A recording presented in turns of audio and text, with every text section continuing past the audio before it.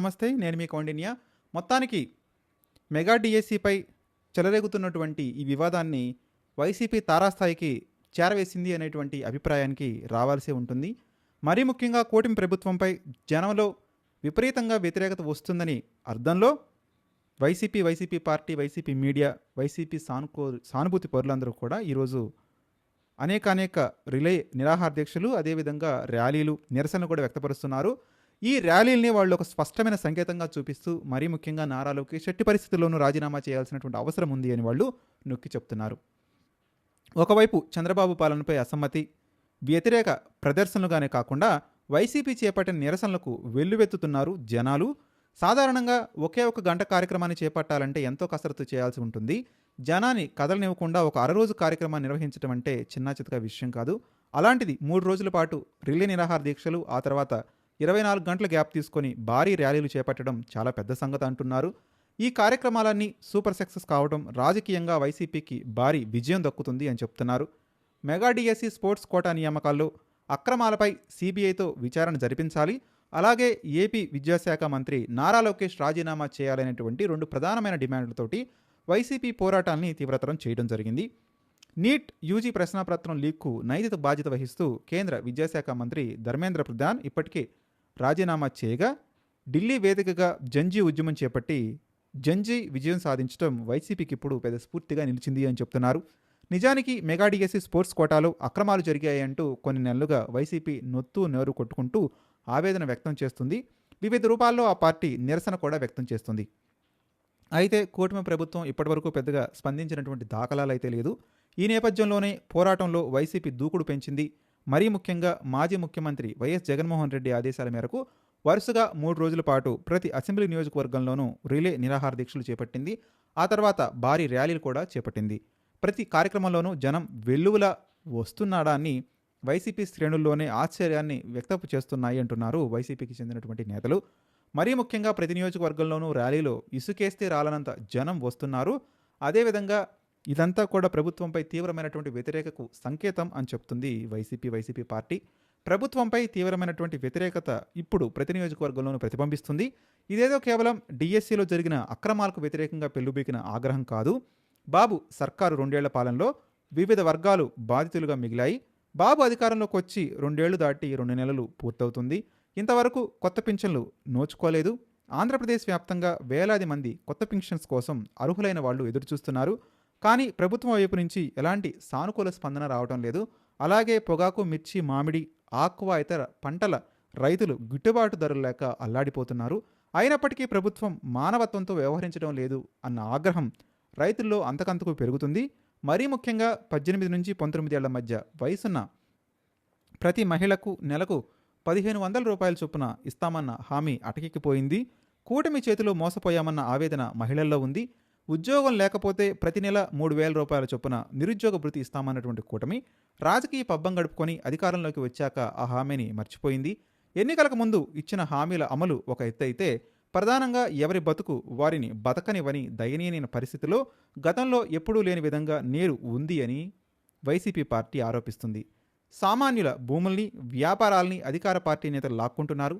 ఇదేమని గట్టిగా నిలదీస్తే తిరిగి బాధితులపైనే కేసులు నమోదు చేస్తున్నారు. అధికారాన్ని అడ్డం పెట్టుకొని రాజకీయ ప్రత్యర్థులపై ఇష్టానుసారంగా కేసులు నమోదు చేస్తున్నారు అంటూ వైసీపీ పార్టీ, జగన్మోహన్ రెడ్డి ఆరోపిస్తున్నారు. అవమానకరమైనటువంటి రీతిలో మాజీ మంత్రులను, ఎమ్మెల్యేలను జైళ్లకు పంపుతున్నారు. ఇలాంటి ఘటనలన్నీ కూడా కూటమిపై ప్రజల్లో తీవ్రమైనటువంటి వ్యతిరేకతను పెంచుతున్నాయి. మరీ ముఖ్యంగా ఏరి కోరి తెచ్చుకున్న కూటమి తమ పాలిట భస్మాసుర హస్తం అయ్యింది అనేటువంటి ఆవేదన, ఆగ్రహం ప్రజల్లో కనిపిస్తున్నాయి అంటూ వైసీపీ పత్రిక, వాళ్ళ మీడియా రాసుకొస్తుంది. దీంతో ప్రభుత్వంపై వ్యతిరేకతను వ్యక్తం చేయడానికి చాలా వరకు జనాలు స్వచ్ఛందంగా వచ్చారు అంటూ వైసీపీ పోరాటాల్లో పాల్గొంటున్నారు అంటూ వైసీపీ పార్టీ చెప్తుంది.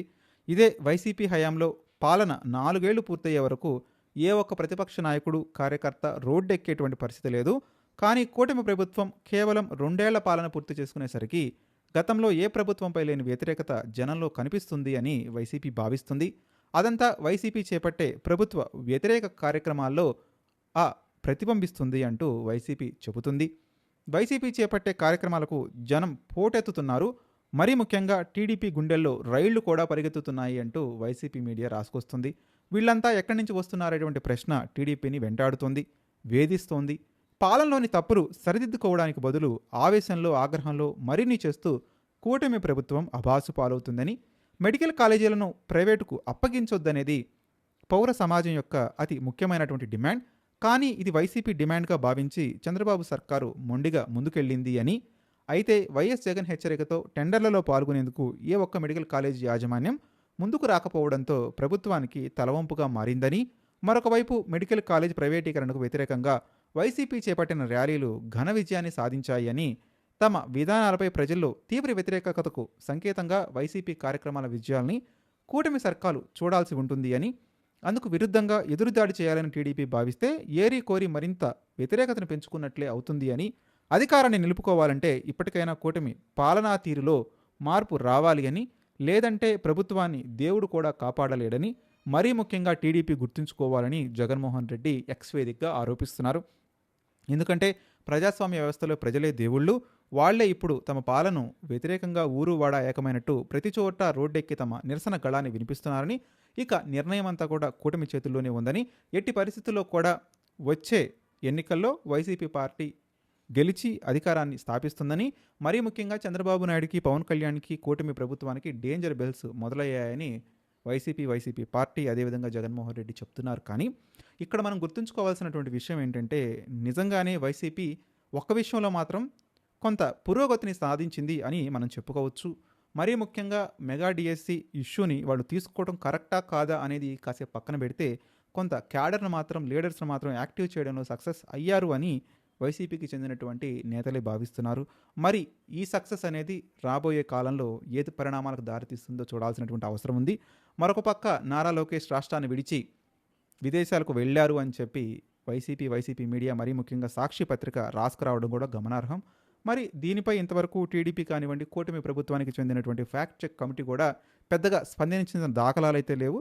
మరి దీనిపై స్పందించాల్సినటువంటి అవసరం అయితే ఉంది.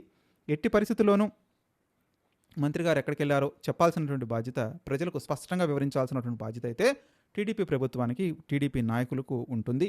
మరి దీనిపై టీడీపీ ఏ విధంగా స్పందిస్తున్నది మనకు కొద్ది రోజుల్లోనే తెలిసేటువంటి అవకాశం అయితే ఉంది. కాకపోతే మెగా డిఎస్సి ఇష్యూలో వైసీపీ నారా లోకేష్ని టార్గెట్ చేసి, నారా లోకేష్ని బదనాం చేసి, నారా లోకేష్ మంత్రిత్వ శాఖలోనే ఏదైతే మెగా డిఎస్సి ద్వారా దాదాపు 17,000 మందికి ఉద్యోగాలు ఇచ్చాము అని కూటమి ప్రభుత్వం చెప్పుకుంటుందో దాన్ని డైల్యూట్ చేయాలి అనేటువంటి ఉద్దేశంతో ఈరోజు ఈ విధంగా వైసీపీ రిలే నిరాహార దీక్షలు, అదేవిధంగా నిరసన కార్యక్రమాలు, ర్యాలీలు ఇవన్నీ జరుపుతున్నాయి అని అనేక మంది విశ్లేషకులు కూడా భావిస్తున్నారు. ఏదేమైనప్పటికీ కూడా కొంత చలనం అయితే నాయకుల్లో కలిగింది. ఆ చలనం ఎన్నికల వరకు ఉంటుందా ఉండదా అనేటువంటి అభిప్రాయాన్ని కొద్ది రోజుల్లోనే మనకు తెలిసేటువంటి అవకాశం ఉంది. మీరు కూడా మీ అభిప్రాయాన్ని స్పష్టంగా తెలియజేసే ప్రయత్నం చేయండి. నిజంగానే వైసీపీ యాక్టివేట్ అయిందా? మెగా డిఎస్సి పైన వాడు చేస్తున్నటువంటి పోరాటం విజయవంతమైందా? మర్చిపోకుండా కామెంట్ చేయడానికి ప్రయత్నించండి.